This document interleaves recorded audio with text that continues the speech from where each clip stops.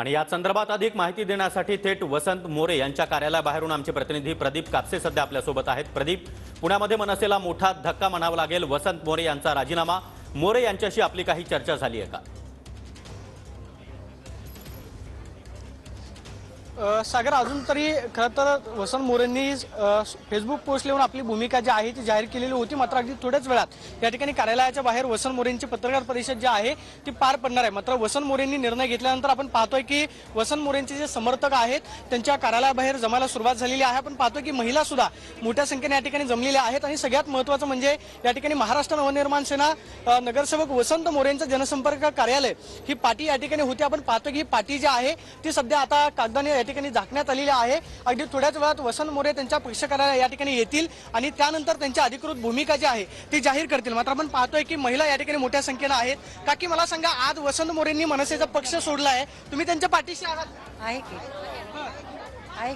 काय वाटत होतं, त्यांनी पक्षातच राहायला पाहिजे होतं की घेतलेला निर्णय योग्य आहे? बोला, त्यांचा निर्णयचा नाही, जे आमच्यासाठी ताते आहेत तात्यांसाठी आम्ही। काय प्रतिक्रिया आहे तुमची ताई?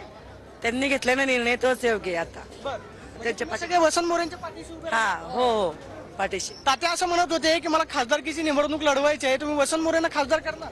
हो हो 100% करणार ना, खासदार करणार।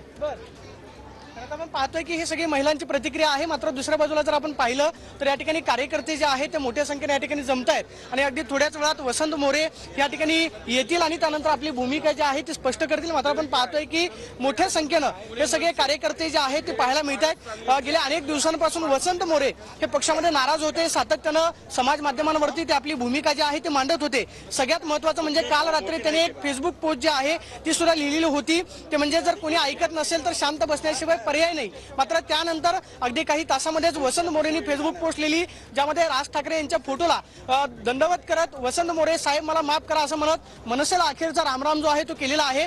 अनेक दिवसांपासून वसंत मोरे आपली भूमिका जी आहे ती ठामपणे मांडत होते, ते म्हणजे पुणे लोकसभेची निवडणूक जी आहे ती मला लढवायची आहे, पुण्याचा खासदार मनसेचा होणार।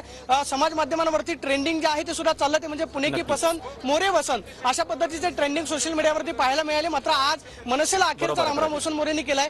तात्यांनी जी भूमिका घेतली ती योग्य आहे का? योग्य आहे, ते काय निर्णय घेतील सगळे तात्यांच्या